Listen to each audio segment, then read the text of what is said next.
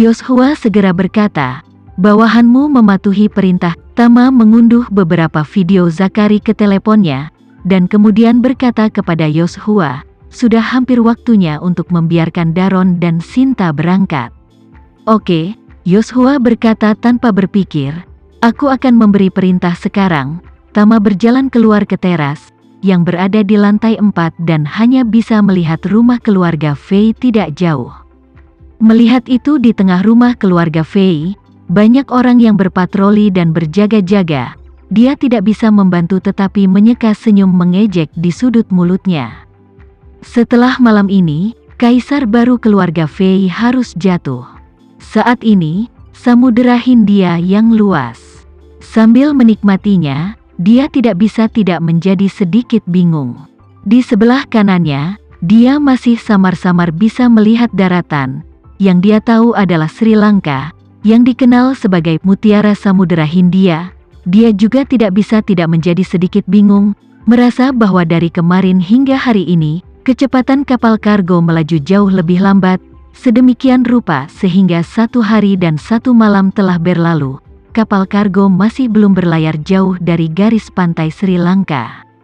Biasanya, hanya 300–500 km perjalanan yang diperlukan untuk meninggalkan Sri Lanka. Dan meskipun kecepatan kapal kargo tidak cepat, tapi sehari semalam setidaknya bisa berlari sejauh 600 atau 700 km. Tepat ketika dia masih bingung, Raya dengan cepat berjalan ke geladak dan mendekati Sinta. Mendengar langkah kaki, Sinta menoleh ke belakang dan melihat bahwa pengunjung itu adalah Raya. Jadi dia tersenyum dan melambai dan berkata, "Raya." Raya tersenyum tipis dan berkata kepada Sinta, "Sinta, sudah hampir waktunya, cepat kembali ke kamarmu dan bersihkan." Membersihkan, Sinta terkejut dan bertanya, "Apakah kamu tidak akan membiarkan Dek bekerja untuk kru? Untuk apa aku harus kembali dan membersihkan?" Raya berkata dengan sangat serius, "Kamu harus kembali dan mengemasi barang-barang pribadimu. Helikopter dari Cataclysmic Front akan datang menjemput kita dan berangkat setengah jam lagi." Sinta bahkan lebih terkejut, dia bertanya dengan bingung, "Raya, bukankah Tuan Renza mengatur agar kita pergi ke Suriah? Kemana kita harus pergi saat ini?" Berbicara tentang ini, dia tidak bisa menahan diri untuk bertanya dengan agak gugup, "Tuan Renza tidak mundur, kan?" "Tidak, Tuan Renza jelas bukan orang seperti itu. Jadi kemana tepatnya dia ingin kita pergi?"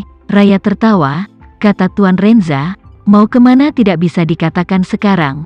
Bahkan saya sendiri tidak tahu sekarang. Saya hanya tahu bahwa kita hanya punya waktu setengah jam untuk bersiap. Helikopter akan membawa kita keluar dari sini ketika tiba. Nah, ke Colombo, ibu kota Sri Lanka." "Sri Lanka," gumam Sinta, berbalik untuk melihat tanah jauh ke kanan, dan berkata begitu saja, "Tidak heran kapal barang itu bepergian sangat lambat akhir-akhir ini. Ternyata niatku adalah untuk mengeluarkan kita dari kapal di sini." Mengatakan itu, Sinta memandang Raya dan bertanya, "Raya, apakah kamu juga akan pergi ke Colombo bersama kami?" "Ya," Raya tersenyum, "sesuai permintaan Tuan Renza, aku akan mengantarmu ke tujuanmu." Sinta mengangguk dengan lembut dan bertanya lagi, "Lalu apakah kakekku mengetahuinya?" Raya berkata, "Saya datang untuk memberitahu Anda saat pertama kali saya menerima pesanan, Tuan pihak Fei dan Tuan Karl Yanuar. Lebih baik bagimu untuk memberitahu mereka." "Oke," kata Sinta dengan hati melankolis yang tidak bisa disembunyikan, "aku akan memberitahu kakek dan Tuan Yanuar untuk bergegas dan mengemasi barang-barang mereka." "Bagus," Raya berkata, "saya juga akan pergi berkemas. Kita akan bertemu di geladak dalam 25 menit. Sinta berlari sepanjang jalan kembali ke kabin kapal kargo. Darin dengan malas mencoba mengukir sepotong kayu bekas seukuran kepalan tangan dengan pisau kecil. Potongan kayu ini adalah salah satu dari beberapa potongan kayu yang dia ambil secara kebetulan di kapal kargo. Karena itu sangat membosankan, jadi dia mengambilnya untuk mengukir sesuatu untuk menghabiskan waktu yang membosankan. Pada saat ini, pengawal pribadinya, Karl Yanuar sedang menggunakan amplas halus. Dia telah menemukan untuk membantunya memoles salah satu ukiran kayu yang sudah terbentuk, dan memujinya sambil memolesnya. Penatua Fei, saya tidak menyangka Anda memiliki keterampilan seperti ini. Daron tertawa. Ketika saya masih kecil, keinginan terbesar saya adalah menjadi pemahat, dan saya belajar kerajinan itu dari seorang guru untuk sementara waktu. Saat dia berkata, dia melirik ukiran Doumu yang sudah selesai di tangan Karl dan berkata dengan serius, Tuan Yanuar, Doumu ini untukmu. Jika aku pergi di masa depan, aku juga bisa meninggalkan pengingat.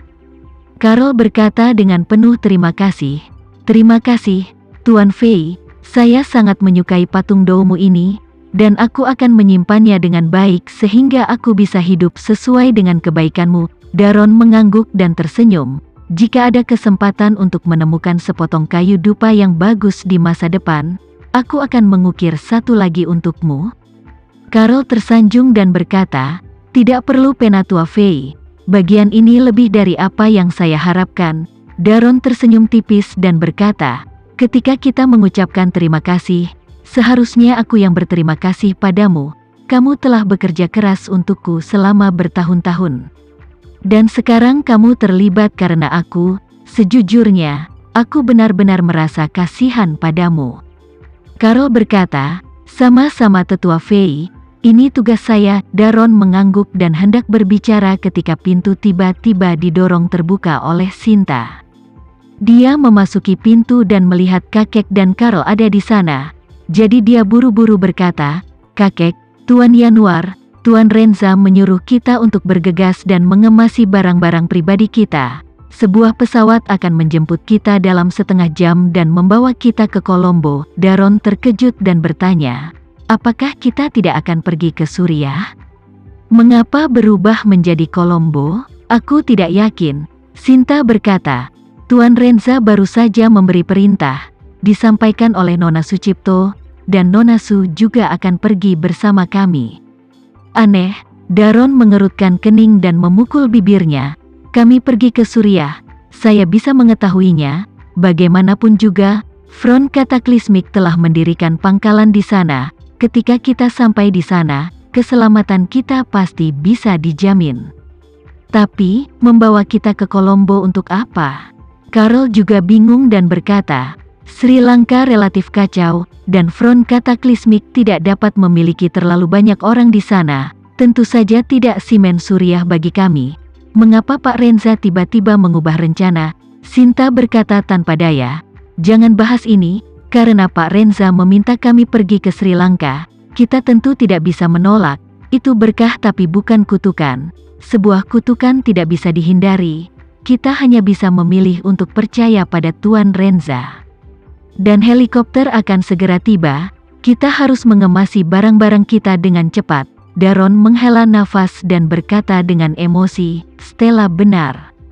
Itu berkah tapi bukan kutukan, kutukan yang tidak bisa dihindari. Karena hidup ini diselamatkan oleh Tuan Renza, mari kita dengarkan pengaturannya. Kemasi barang-barangmu dan bersiaplah untuk pergi. 20 menit kemudian, Daron, Sinta, dan Karl tiba di Geladak dengan barang bawaan mereka. Pada saat ini, langit di atas laut sudah gelap, hanya menyisakan sedikit cahaya redup dari Cakrawala Barat. Di atas Geladak, Raya telah menunggu di sini selama 10 menit. Ketika Daron melihat Raya, dia berkata dengan sangat sopan, Nona Su, sulit bagimu untuk menemani kami di perjalanan lain. Raya tersenyum tipis dan berkata, Tuan Fei, tidak perlu sopan, selama itu adalah sesuatu yang diminta Tuan Renza untuk saya lakukan, saya akan melakukan yang terbaik. Setelah mengatakan itu, dia melihat waktu dan berbicara, Tuan Fei, helikopter akan segera tiba. Kita sekarang, sekitar 200 km dari Kolombo. Waktu penerbangannya sekitar 1 jam. Daron mengangguk pelan.